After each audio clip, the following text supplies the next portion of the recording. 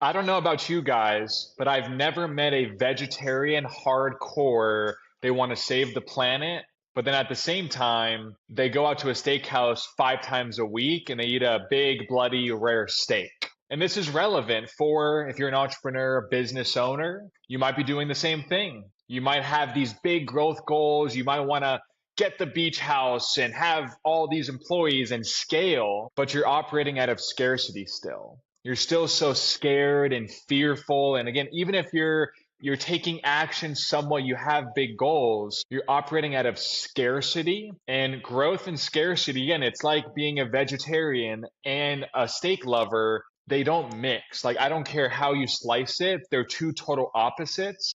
And most people, of course, when they start their business, they're not naturally growth minded in all areas of their life in terms of money and business. But you can start with scarcity, but then you can't let that fester for 5 years, 10 years. I have clients that it's festered for 20 to 30 years. And so even though they've had these big goals, they've never come to fruition. And yes, we all can use better marketing, sales, and a lot of logical things with our business. But a lot of the time, people need to fix how they're approaching the day, how they're approaching quote unquote risk. I think a lot of the time people think risk is doing too much, taking too much action. Like even me, when my business was going even very well, years ago, I still said, I'm not complacent. I'm not going to stay here. I'm going to keep growing. So I took out two business loans that were way more than my collective net worth at the time because I said, I need to grow. I need more marketing. I need people to help me. I need to scale. And I would have regretted looking back now if I didn't take that action, if I didn't take that risk. And I think a lot of you deep down want to do the same thing, but there's something stopping you from just maybe signing up for the program or getting the funding or whatever is necessary to help your business go to the next level, or just starting the business, right? Maybe you have a great W-2 and you have the 401k and all the benefits and all the comfort, but that comfort is like a blanket that's killing your potential because you're so complacent. And again, that's scarcity. Scarcity is, oh, I don't need much. I'm okay with where I'm at. I'm doing pretty well. But if you want to stay comfortable, you're never going to grow. Again, you can't grow inside of your comfort zone. You have to get uncomfortable. And I'm telling you, once you put your back up against the wall and there's no other option besides success, you can figure things out. But again, if you're comfortable, you're doing okay, you're okay being okay, you're never going to push yourself for those outcomes that could transform your life or your business. And that's why I want to make this quick video because I've worked with over 1,200 business owners. I've spoken to with events and webinars and even one-on-one calls, probably almost 20,000 people, a lot of them one-on-one to hear why they're not growing their business. And it's more emotional and psychological rather than logical, I need funding or I need this or I need that. Usually,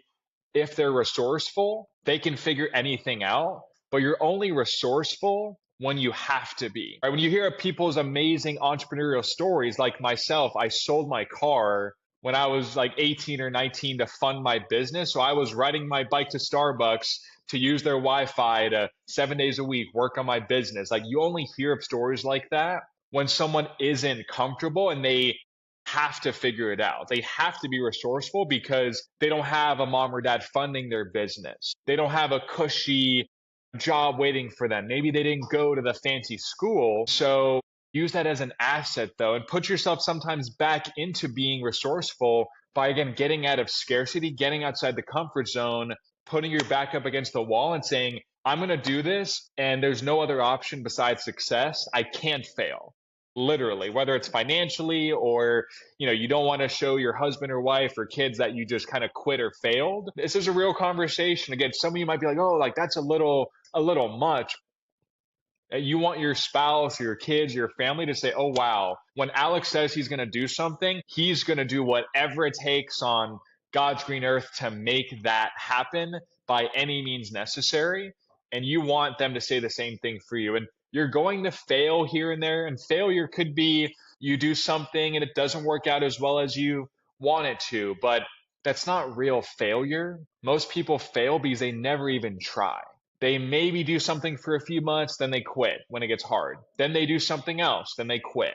So you can fail, but Michael Jordan, failure. He's missed thousands of shots in his career. Tom Brady, he's lost Super Bowls. Like we all technically fail, but the only true quote unquote like diabolical failure is going to be if you never give it a shot or you just kind of dabble and you quit because that's scarcity. If you really 100% believed that what you're doing had almost no chance of failure, imagine what your mind would do. Your mind would think so big, so grand because you're not thinking about, but what if this happens? Or, but what about that? Or concerns. You're thinking about, hey, if this guy Alex can, that's the beach out there. Again, I'm the guy that, had to sell my car to, you know, fund my business and go to Starbucks working on my laptop. And now I have a house on the beach. And not saying that's typical or that's going to be your situation whatsoever, but it's because the persistence, the work ethic, and the pressure I constantly put on myself, that's also not typical. So I just wanted to make this video because I think if you shift that, that's way more important than your business model. Is it the right time? Is it this? Because none of that's going to matter. Your mind is going to open up and think, how big can this grow? And why can't I do that? There's nothing literally or physically or like you're not defying science by growing your business to a certain amount, but you might be defying the limitations that you've placed or society or your environment has placed on you and your growth. So again, you have to make the decision. Hey, if you want to stay comfortable and you don't want to grow, honestly, like stick with what you're doing. Don't try to be somebody that you're not. But a lot of you can take things to the next level. You're not meant to stay in the same place, but you have to use this and say, am I going to grow? Am I going to commit to that or not? You can't play the ping pong, let me do both game. I promise you it doesn't work. So if you have any questions, comment below. I'd love to offer any insight that I can. But like I said, I'm just sharing my experience. Yours may be different, but hope you gained some value from this video. Thanks for watching and have a great day.